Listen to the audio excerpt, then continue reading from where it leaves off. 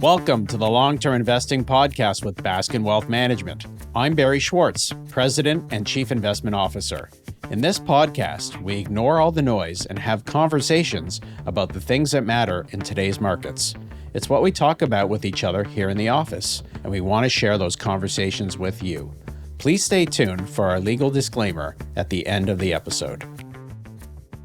How's it going, everybody? Thank you for joining us today on the podcast. We're going to talk today about compounders. We're going to touch a little bit about some companies that we have that have reported earnings or are in the news. Taiwan Semi, Apple. Who else, Ernest? Netflix, of course. Waste Connections. Yep. And we'll touch on the fact that compounders are having a rougher year this year as people are certainly looking at non-profitable, exciting names and ignoring the companies that are reporting strong earnings and good results. Nothing new for us. We'll talk about why we're sticking with what we know how to do, which is owning great businesses. Before we get into that, let's get into this. If you like this podcast, please subscribe to us on YouTube, on Apple, and on Spotify. And of course, Baskin Wealth Management. If you have any interest in our services, you want to talk to us, please check us out. Please go to our website at baskinwealth.com. Please follow me and Ernest on Twitter. You get a lot of great information and learn a little bit about how we invest and our style. And Ernest, I'm celebrating my 25th year now at Baskin. You've been here, 10 years? Yep, this is my 10th year. Exciting. So we're not only are we long-term investors, but we're long-term employees and long-term owners of the company. So we've been getting some questions from clients about the markets in the sense that how can it be at all-time highs? How can the TSX and the S&P 500 and the NASDAQ be at or near record highs with so much uncertainty? Every day there's a news item that somehow stuns the market. For example, today there's some worries about Trump maybe putting exports on U.S.-made goods. It's to China. I mean, there's so much conversation every day about the worries about the trade, the tariffs, the uncertainty, all these things. However, what we're seeing, of course, is people need to remember that you buy stocks to participate in the growth of corporate profits, and we've seen tremendous corporate profits even in this third quarter when companies are reporting. We've seen lots of strong results.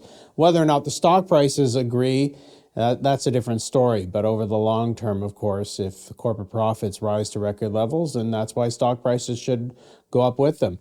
The other thing, of course, we're seeing is interest rates coming down. The 10-year government bond in the U.S. is well below 4% now, the lowest it's been in quite a long time.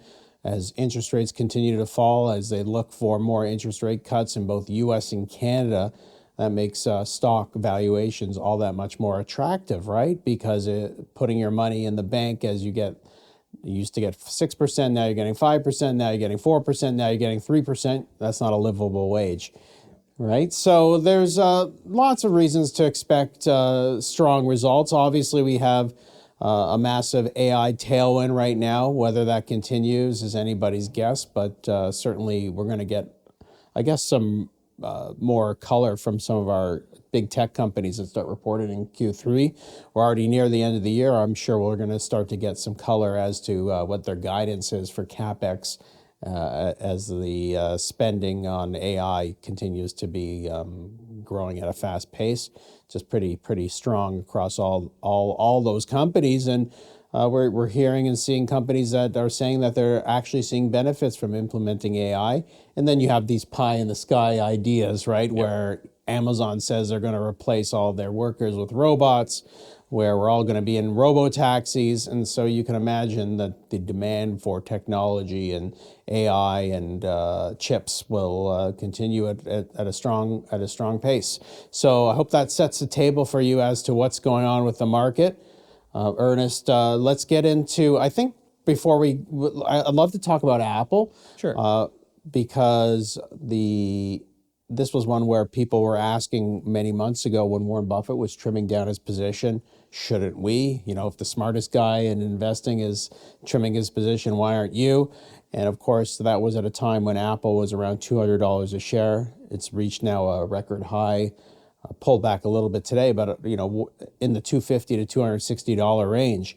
And so, Ernest, can you explain and walk us through how we can hold Apple as investors when the narrative at times, everybody's telling you got to get out. Buffett's selling. They're not working in China.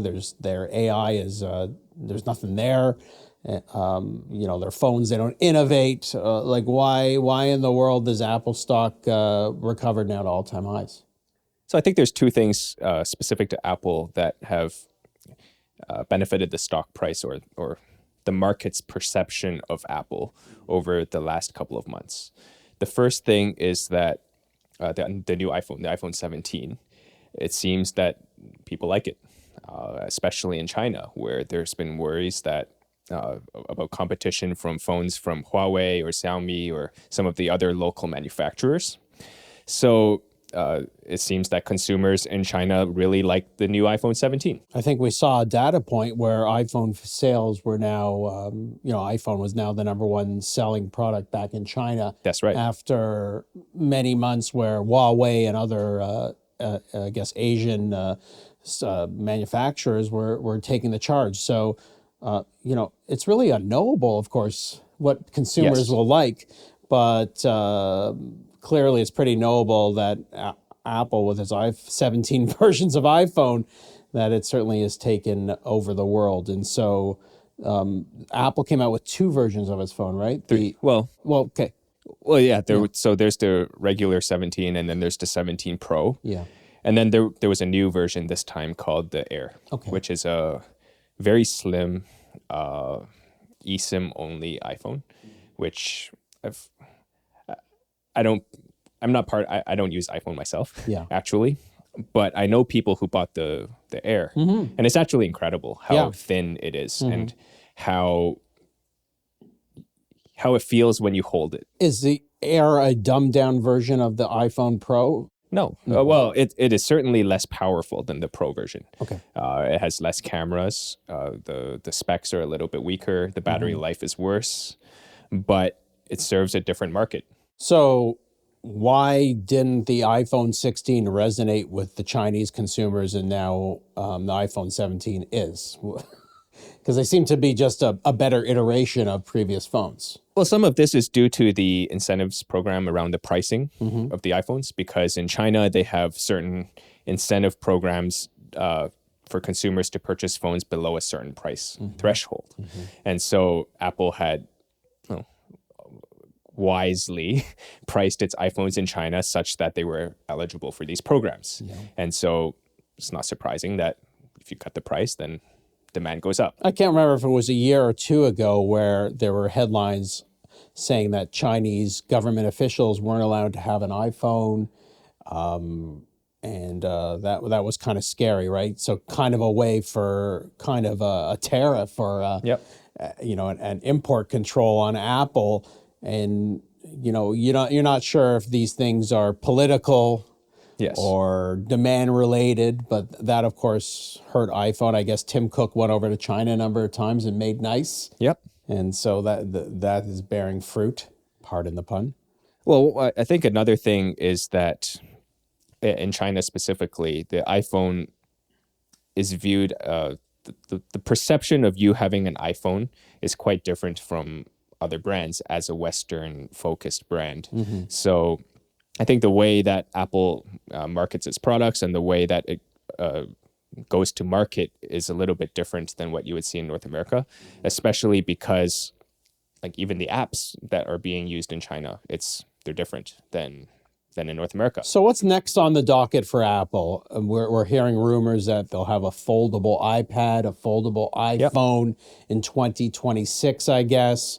They refreshed the AirPods, which looks spectacular. They've refreshed the watch a bit. Are there any other hints or rumors or anything else Apple's working on? And of course, can you address the AI part of Apple, which right now is lacking? Right. So I think they do all of those things that you mentioned are rumors, first of all. There has never been an official announcement from a press event about a foldable iPad or even a foldable phone. But Apple is a very, very well followed company. There's analysts who their only job is to track what's going on with Apple and try and predict what types of products they're working on. And so it's pretty clear that those products are being worked on and will be released sometime in the next couple of years.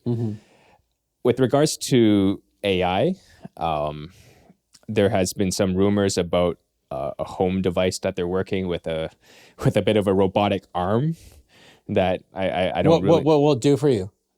I think it's up to your imagination Okay, what this product is going to do. But they are working on a lot of things within AI and even within robotics that I think people are not aware of. Yeah. All right. So we'll have to see. I think Apple says they're going to announce a updated version of Siri sometime in 2026. That maybe it will include ChatGPT or Gemini. We're not sure. Obviously, Apple obviously very coy with what it comes out with.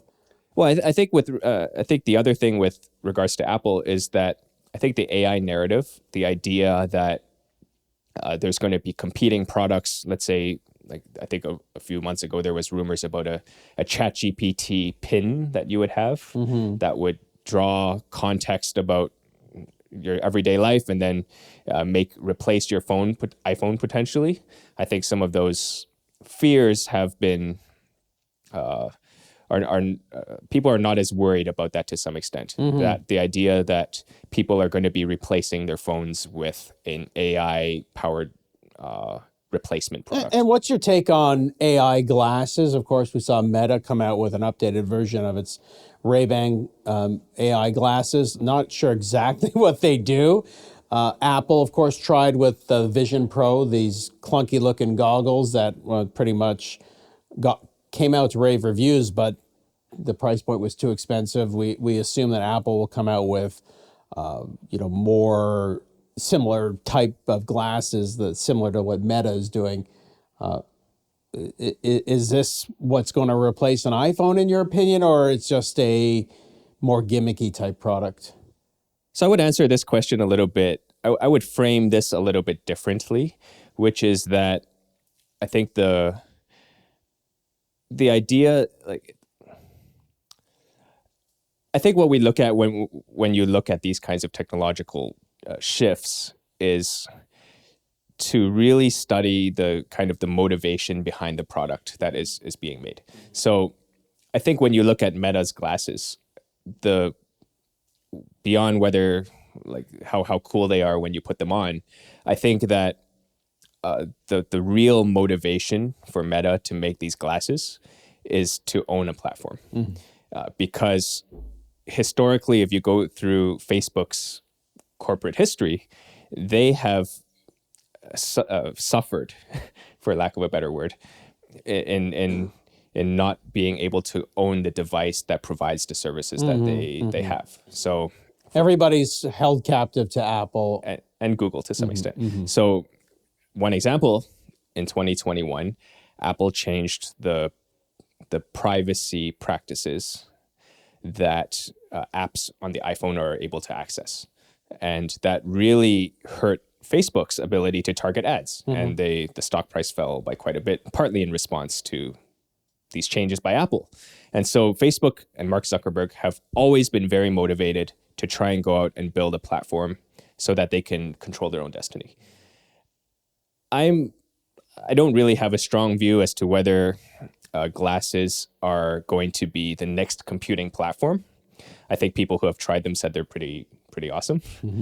But from the way I look at it is that I think if they do happen to be successful, Apple will most likely still be the platform that people use because they have the ecosystem. They have people are familiar with the iOS ecosystem.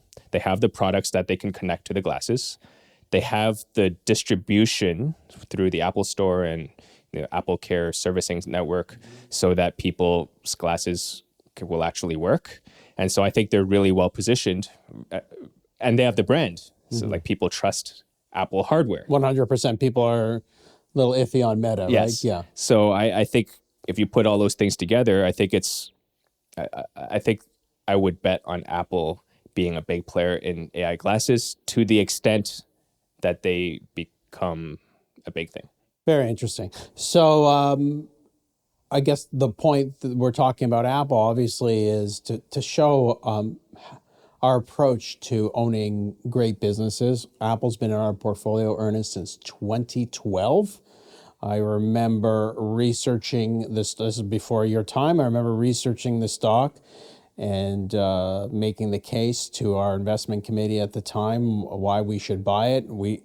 At the time, of course, it was a much different company. Yeah. This was right when the iPhone came out. People were worried it's just another hardware company. People Right. had seen the decimation of other hardware companies over time, Palm. like Palm and Motorola. Who made Palm? Motorola? Palm was a public Oh, company. yeah. Motorola, and Nokia, and BlackBerry. Yeah. And rightly so, we're skeptical. But here we are, I guess, now, 13, 14 years later, the iPhone is still going strong, and nothing has really replaced it. And it still has a dominant market share in the more luxury category of phones. And so I can't tell you how many narratives we've lived through owning the stock over 13, 14 years. The China one specifically. Yeah. Like it's been an issue. Like people have been worried about China for Apple for every year that I've worked at Baskin Wealth Management. People were always worried about it's a one trick company. They're not innovating anymore. It's the same old product. I mean, I've heard that for a decade plus.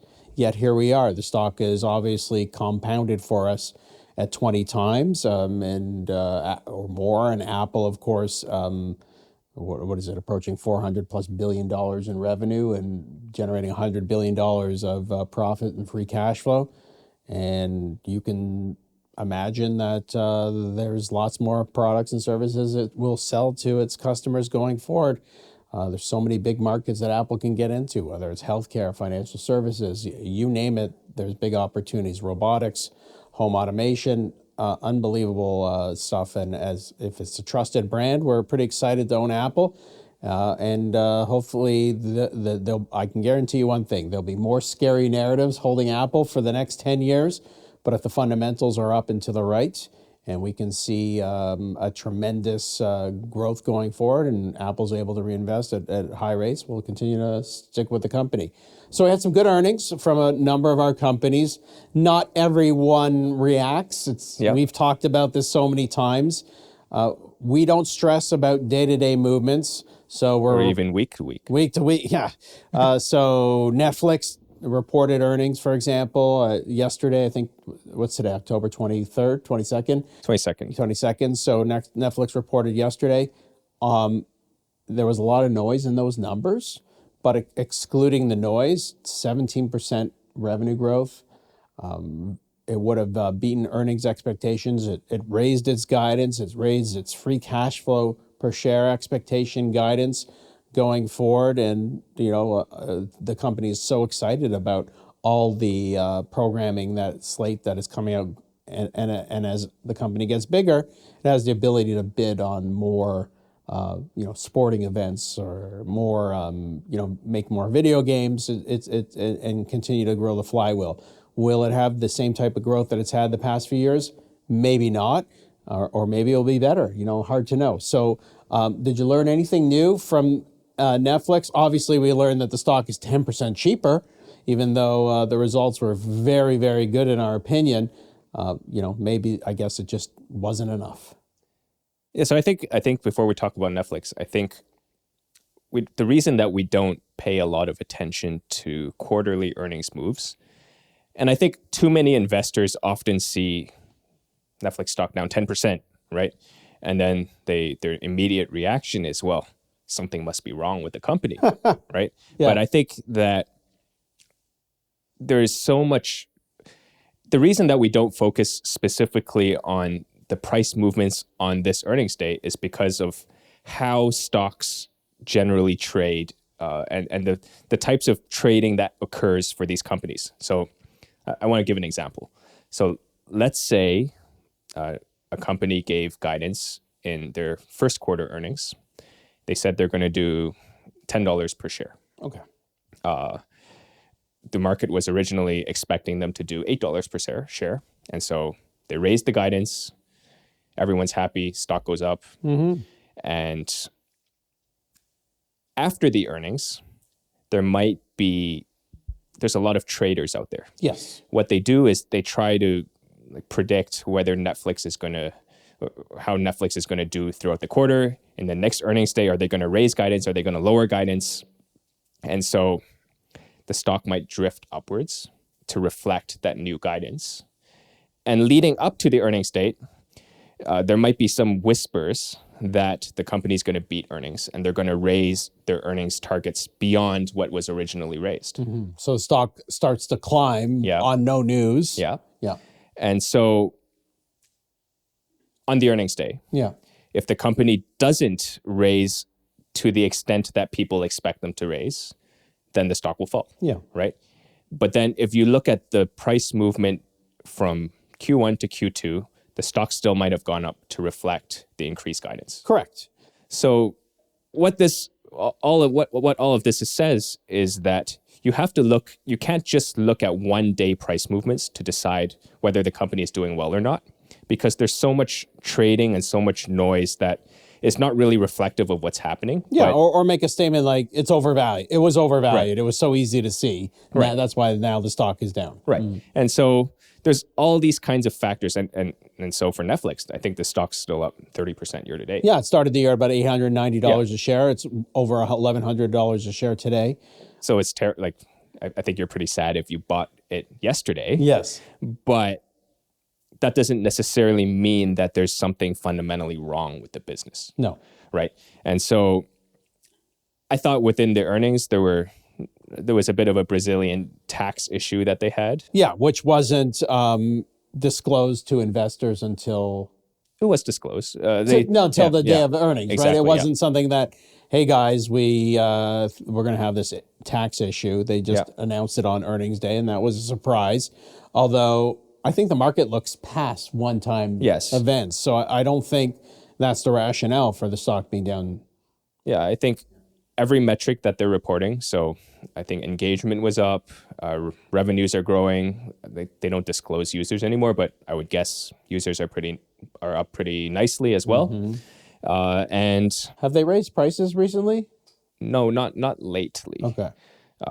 Maybe in certain markets they have, but I think that there was nothing in there that really concerned me from a fundamentals perspective.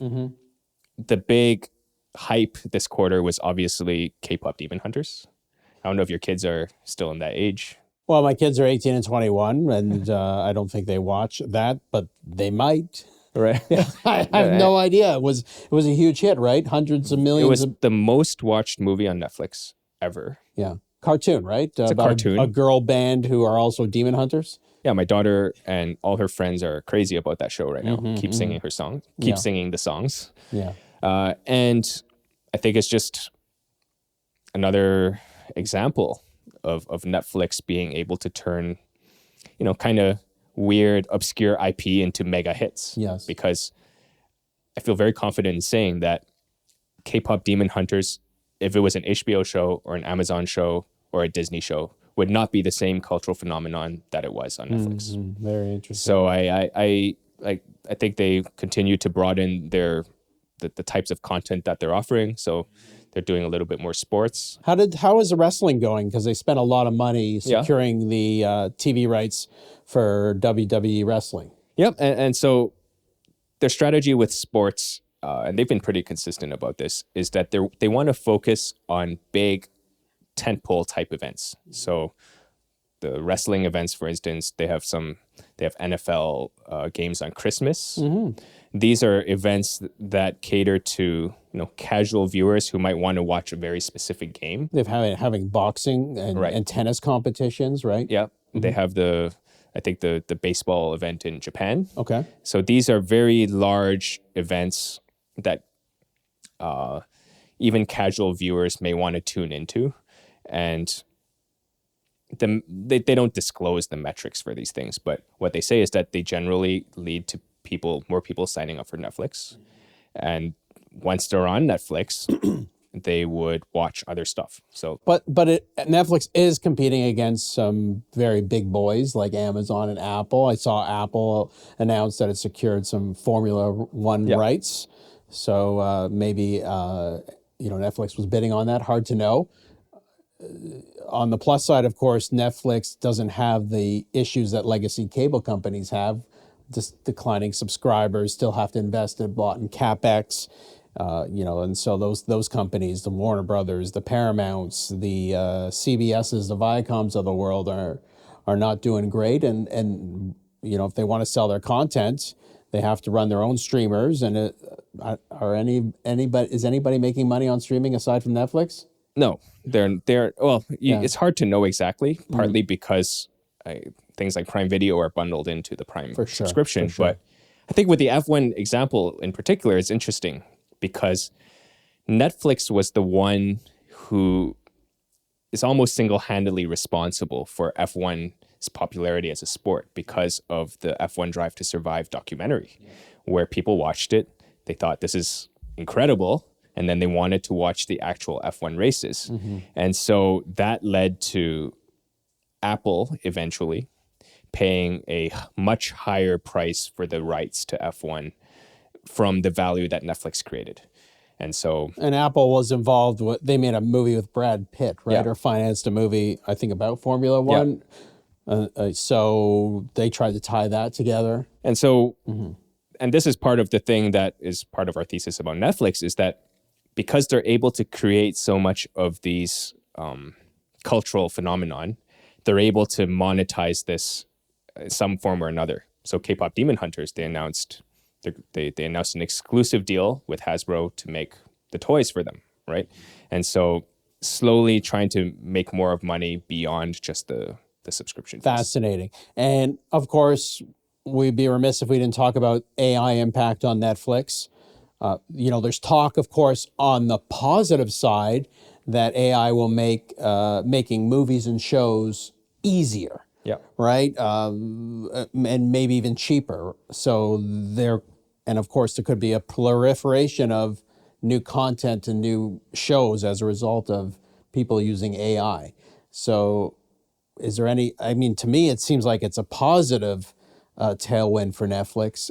Anything you see on the negative side, AI's impact on Netflix? Are we all just going to be watching made up AI movies and videos going forward, or do we really crave the human made product?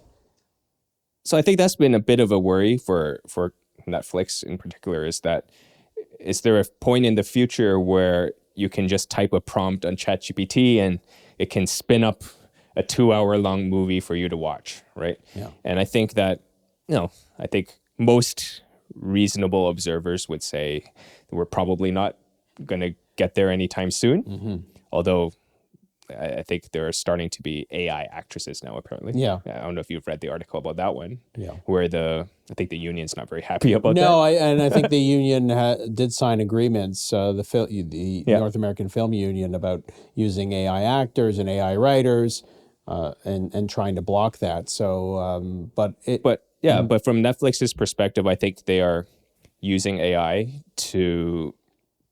I think they use it in some of their movies to make you look young, like some of the actresses for younger scenes. They use it for recommendations. We should use that for this podcast. Yeah. Well, I don't think we're old yet. I'm a year younger. Yeah. Okay.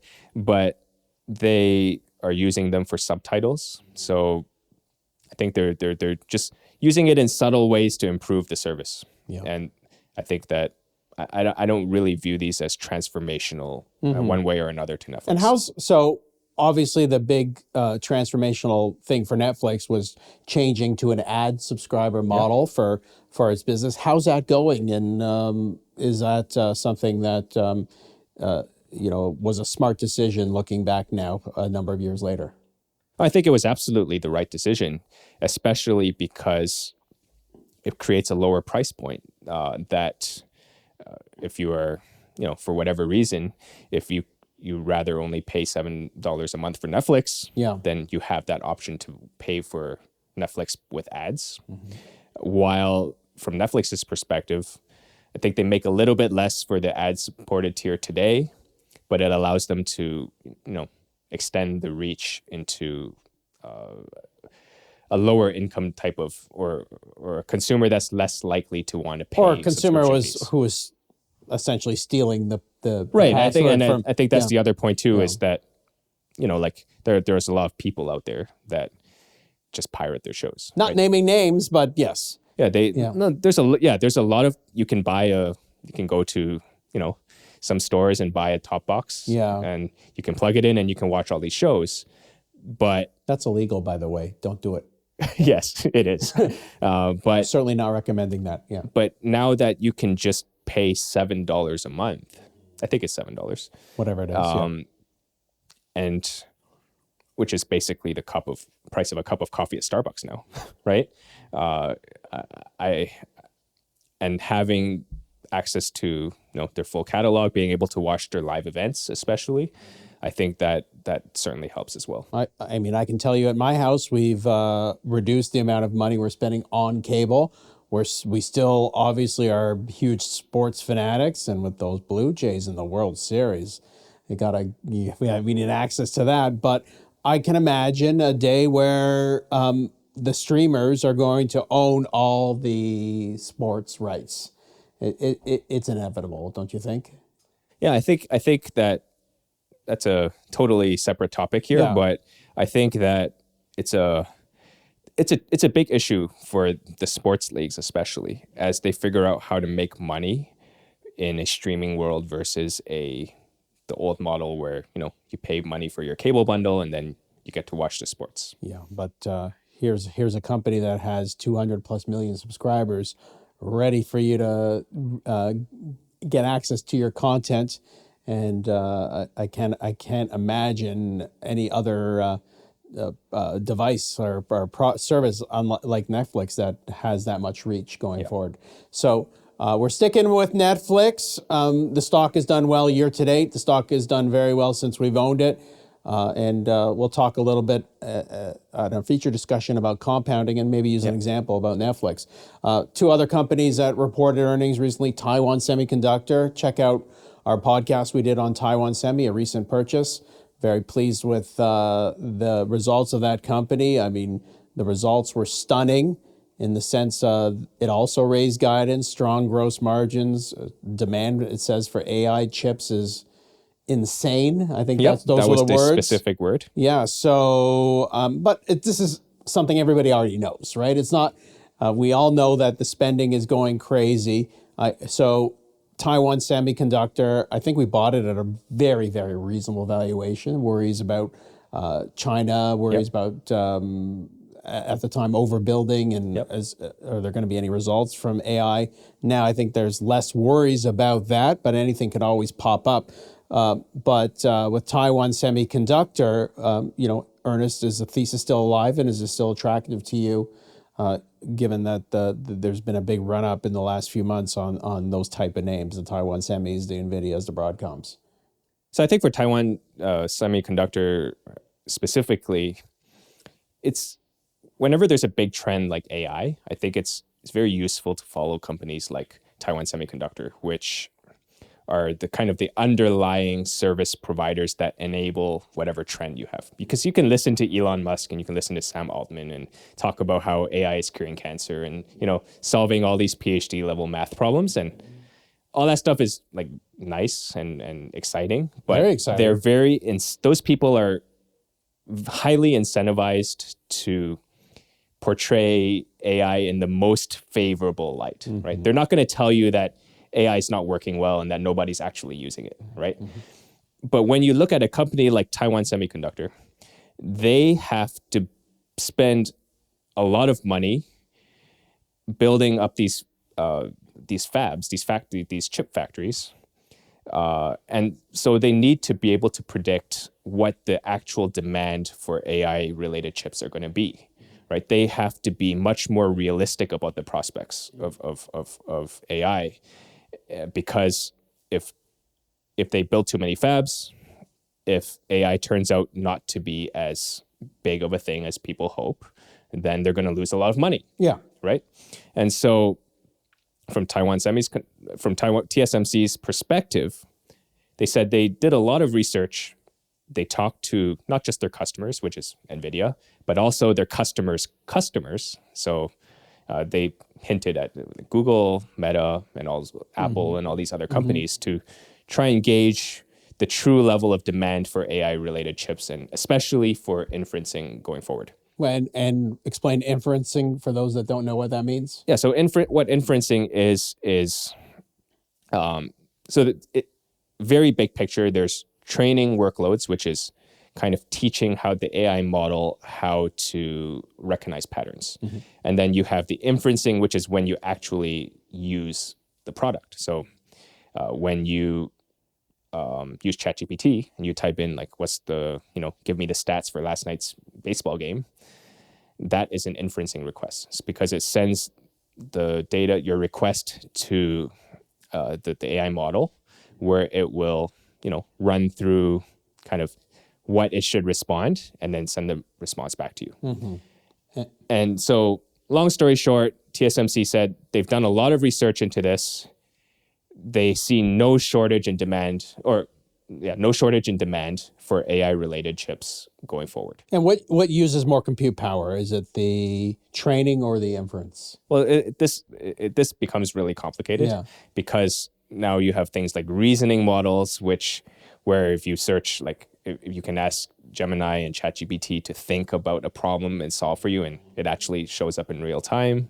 And then there's like image generating, which uses a different amount of tokens, and video generation, which is very resource intensive. And explain tokens for those that don't understand what we're talking about. Yeah, token is basically the currency that you use for computing power for AI generation. Got it. A more complex type of query. So if you wanted to do research on, Queen Elizabeth II, and write a 10-page essay on it. My son wants to write an essay for university. Yeah, that is going to consume more AI computing power or tokens versus if I give me a recipe for cupcakes. Yeah. Right.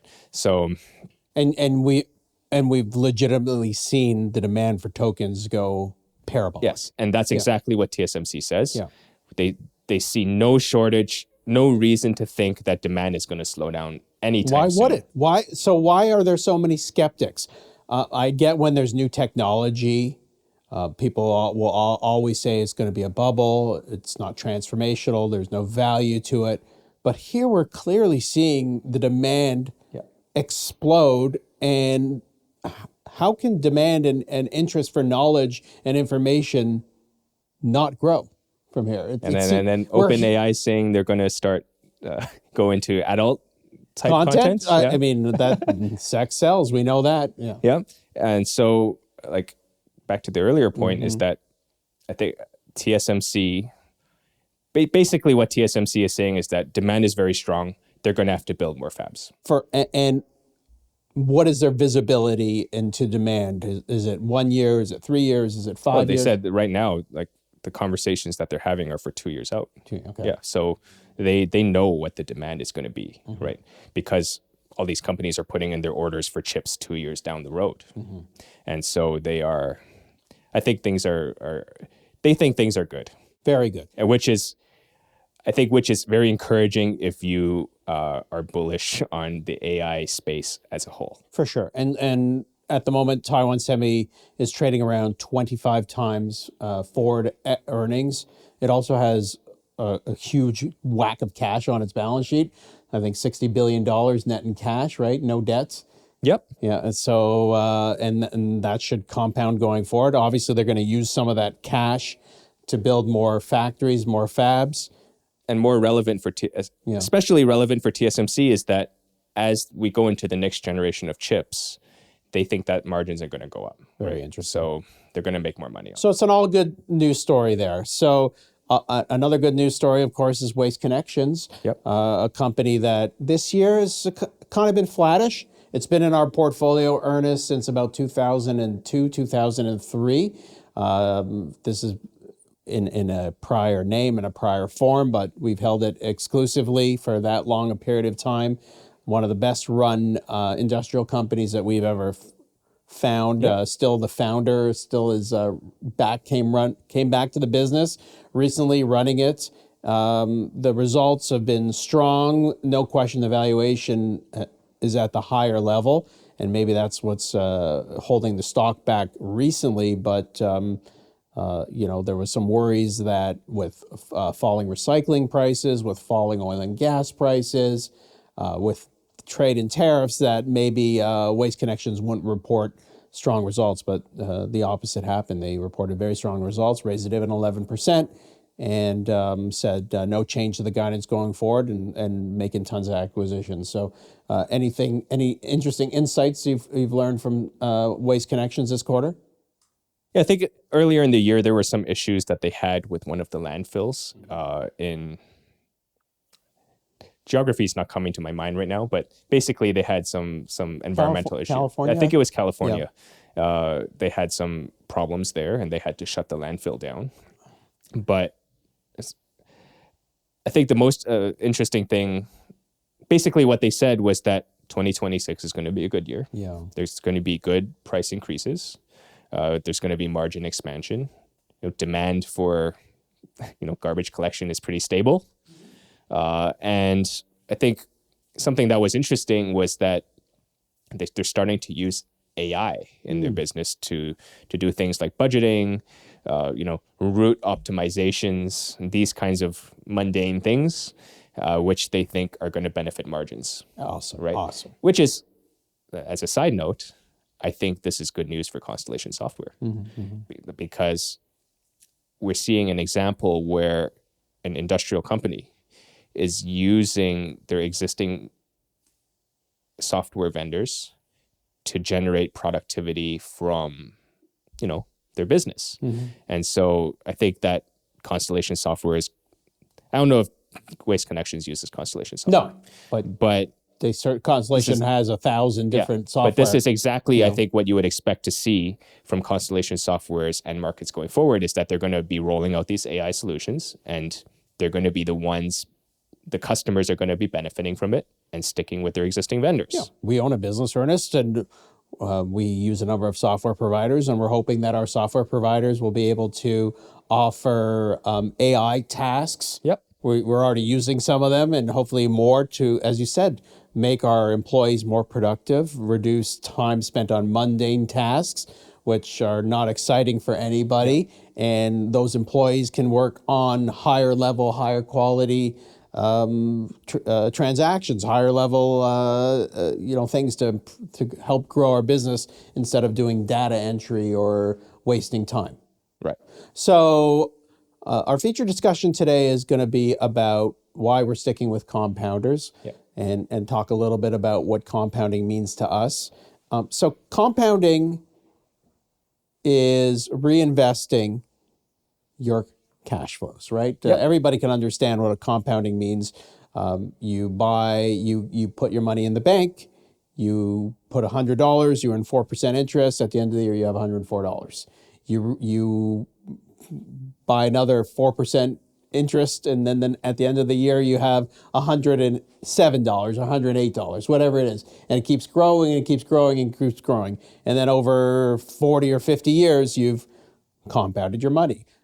When we talk about compounding for companies, it's no different. It's companies using the cash flow that they earn to reinvest in either growing their business, building new services, making acquisitions, buying back stock, those type of things that will hopefully add value. And over time, compounding will lead to higher earnings per share growth, hopefully higher free cash flow per share, and obviously lead to, if the company does well, a higher stock price. Yeah, I think that the way we think about compounding here is a little bit more narrow than just a great business. Yeah. Because, and there's the distinction really is around companies that focus on capital allocation, right? In terms of how they are investing their money to make the most money possible. And that differs from a normal company, so such as Apple or Nike or Spotify, where the primary management focus, like the primary job of the CEO, is trying to figure out how to, make shoes and sell them better, right? And those are great businesses as well, but we're talking about companies like Berkshire Hathaway, where Warren Buffett is not trying personally to sell more See's candies or sell more insurance. He's thinking about, how do I invest the money that Berkshire Hathaway is making from his businesses to make more money? And so, and his options, and he's got a lot of options with it. So the money comes in, just like getting paid. The money comes into your bank account after you've covered all your expenses, your home, your heating, your taxes, blah, blah, blah. You've got leftover money. You can leave it in the bank. You can try and time the stock market. You can loan it out. You can make an investment. There's lots of things that you can do with your money. Obviously, what the best capital allocators are trying to do is to reinvest that money at high rates. And invest it and think long term. Yeah. And I think the reason that we like compounders is a couple of reasons. First of all, these are often people that are the most knowledgeable in their industry. So if you think about Alain Bedard at TFI, he's a really, really good trucker. He really understands the trucking industry. Think about Alain Bouchard at Alimentation Couche-Tard, right? He's a convenience store industry expert. He's one of the best people in the world in understanding convenience stores. And so they're able to go out and invest in convenience stores or in trucking or whatever at a better rate of return than what we as investors can find in the public markets on a regular company in the stock exchange, right? And this is also more tax efficient because they're not paying the cash out as a dividend, and it's not getting taxed when we receive the dividends. So over the long run, these companies do a terrific job of that. They make money, they run their businesses well, they grow their businesses by making acquisitions or doing share buybacks, and the stock price generally follows. But more than that, they have to think about, is now a good time to make an acquisition? Is now a good time to spend money to build our convenience stores like Couche-Tard, or should we buy competitors? Times are tough right now, but our stock price has fallen. Maybe we should. It's more attractive to buy back our stock, right? Because buying a competitor will be more expensive, and our business is humming perfectly. So these are the things that smart CEOs have to think about when it comes to capital allocation. We really hate when companies have an automatic share buyback program, right? Where there's no thought process to it. We have all this cash coming in. We're just going to buy back our stock no matter what the price is. We don't want that. We want a company that thinks about, well, it's not a good time to buy back our stock. It's a good time to reinvest in our business now. It's a good, because all our competitors are doing lousy. Our Constellation Software, we talked about on the last episode about the share buyback, why they're not doing it. And you said it perfectly, right? Our stock is trading at 3-4% free cash flow yield.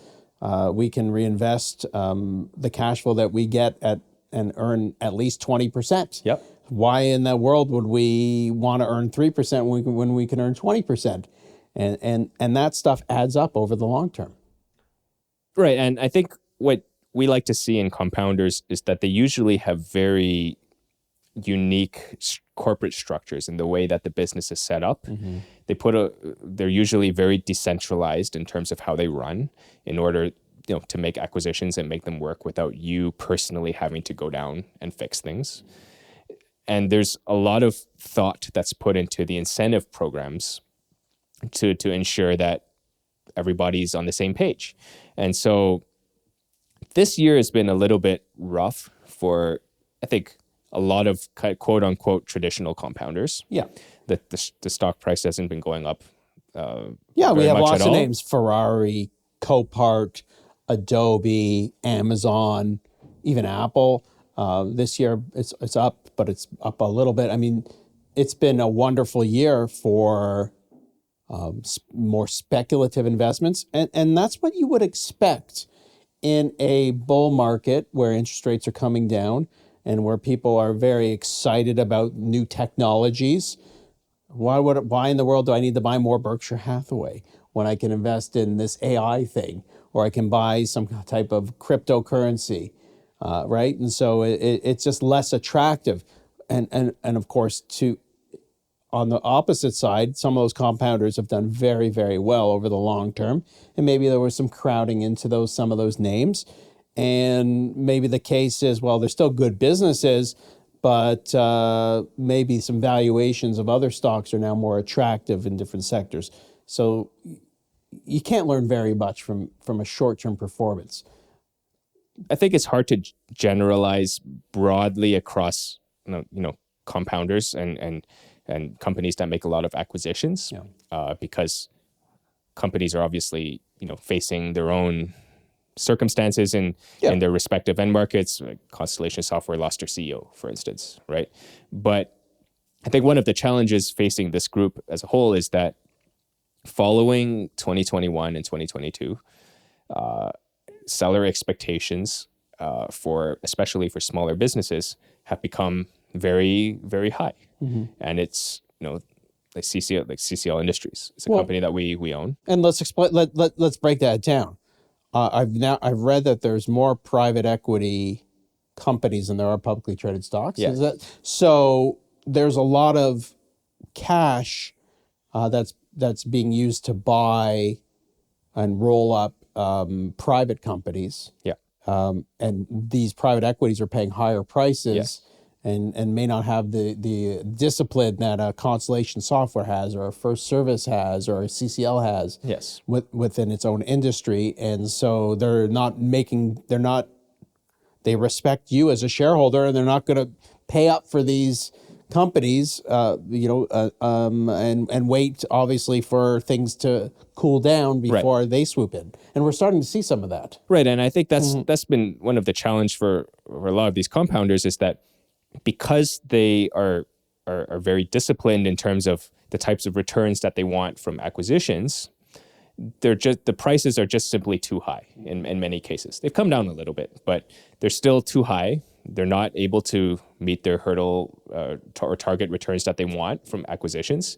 And so they're just sitting on cash, the balance sheet in Berkshire Hathaway's case. Like, they're just accumulating cash every quarter. And this is not to knock private equity, but incentives matter, right? Yeah. Private equity's goal is to put the money that they get in these funds to work, right? And if they dilly-dally, they don't get paid. And of course, they also charge huge performance fees if they do well. So there's every incentive for them to sometimes even overpay, and not have the same type of discipline as a publicly traded company. Especially because they use a lot of leverage in their structure for the deals. So I think what we do as investors when we look at compounders is, what we really try to think about is, is the runway for acquisitions still as attractive as it used to be? And are they as disciplined are they losing their discipline in terms of the price that they're paying? Because I think there's a lot of fake compounders out there as well, where they make acquisitions, they tell a compoundery story about decentralization, but they don't really, there's no integration playbook. There's no secret sauce there. They're just arbitraging the difference between public and private market values. Well, that's going to come back to bite you in the butt when you overpay for acquisitions, or there's no synergies, or it's your incentives are all skewed, right? So these are things that, as long-term investors, we have to think about: the incentives, the compensation, how management is rewarded. Obviously, if they're rewarded on just getting bigger, that is not necessarily a good thing, right? So you have to think about how all these things come into play. I mean, when you talked about TFI, not only are they good operators, but lots of acquisitions that it can make can help the overall complex. Right? Whether it's more buying power, better relationships with customers. Well, now we bought this company, and now we have more of your geography with a certain customer, right? So Yep. there's just some interesting things that can happen as these companies use their free cash flow versus private equity. Yeah, I think that this time will pass. Yeah. I think that our experience has told us that these are really, really smart people who will find ways to do smart things with their business. And I think that I feel confident that the compounders that we own are going to be fine. And I'll go back to the Apple example at the beginning. The narrative at the time, Apple's not innovating, Apple's not losing in China, it's a no-growth business.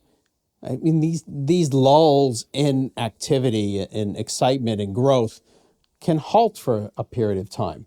Right. But that can also create unprecedented demand in the future when the companies do get it right, or when the business cycle changes, or what have you, right? And I think that's what Apple's experiencing now, and that's why they're recovering the stock price. So, Ernest, how do we know when to say goodbye to a compounder? Just get rid of it in the portfolio, because as long-term investors, it's very hard to know the future.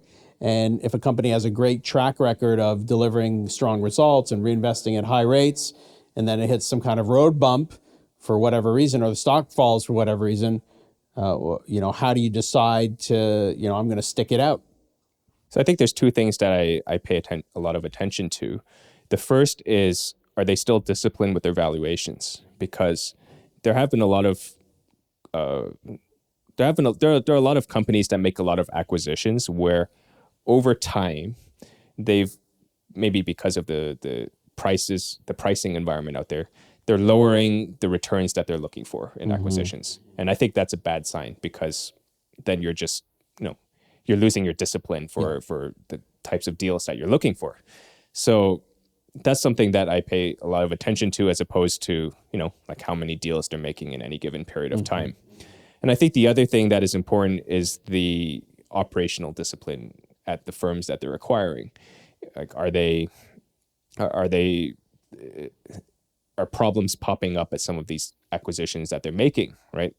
Which may suggest that they're not as diligent as they used to be in terms of making these deals. So it's a combination of looking at the qualitative and the quantitative, right? And being patient, of course. I've said this before. We have many companies in our portfolio that have more than doubled. We've held many companies for a very long period of time. Every single one of those companies has gone through a temporary or even a longer problem or issue or worry. Sometimes it may have been smart for us to get rid of it. Sometimes it may have been smart for us to do nothing. But we're not going to let the stock price dictate what we're going to do. We're going to let the fundamentals. We're going to let the actions that the management is taking, and just getting a sense of, is there any chance for things to get better, or should we cut and run? And public market investors can get impatient, yes. Right? Like, let's say that Tell me about it. There's a company that used to do X amount of acquisitions every year, and then this year maybe they're doing half of that, and then the cash is starting to accumulate, and people are starting to wonder, is the acquisition story over? I'm thinking of, when you say that, I'm thinking of TransDigm, for example. That immediately pops up into our mind. Right. This is one of the most successful reinvestment of cash flow stories that ever existed. Yeah. And just recently, the stock price is kind of flatlined because they haven't been as aggressive making acquisitions. Right. Yeah. So I think you just have to be patient, as long as you trust the management. And in the meantime, of course, you don't want to make acquisitions to be the focal point. You also have to have a good operations of your existing businesses, right? A good thesis, right? TransDigm, I think, is going to do well long term. More people will be flying. The planes continue to get older. I mean, these are a good thesis going forward, and they're great operators of the businesses that they have. So if there's a lull in acquisition activity, or there's a lull in demand in the short term, you can have confidence that the long-term thesis is still intact if you believe in the operations and the product and the service that the company's involved in. Right. All right, so great conversation. Thank you so much for joining us today, and we'll see you back here real soon. This podcast is for informational purposes only, and any forecasts on the economy, markets, or individual securities should not be viewed as investment advice, a recommendation or an offer or solicitation to buy or sell any securities. Clients of Baskin Wealth Management and the speakers on this podcast may own shares of the companies discussed. Information on this podcast is current as of the time of production and is subject to change. If you have any questions or would like to subscribe to these podcasts, visit our website at baskinwealth.com.